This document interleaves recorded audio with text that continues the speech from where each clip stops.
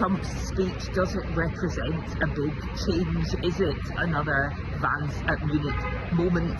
In some ways, no surprises.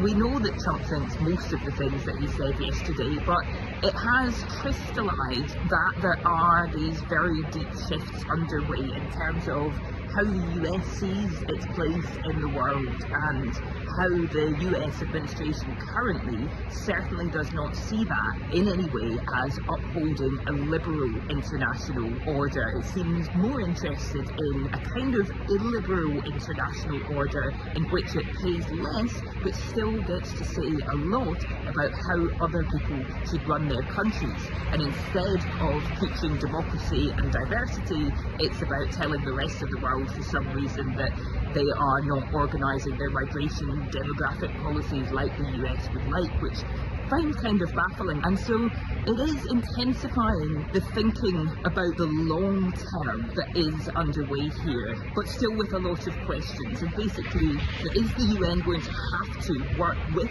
the US? Will we see a Secretary General that tries to pull the UN more towards a US vision that the Americans are calling back to basics, a bunch of sovereign states talking, a view that works well for quite a lot of other authoritarian countries where you jettison anything to do with human rights, internal development, or indeed even climate change?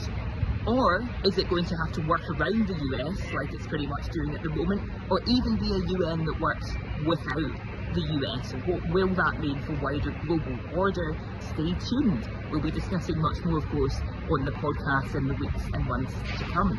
Now I'm off inside.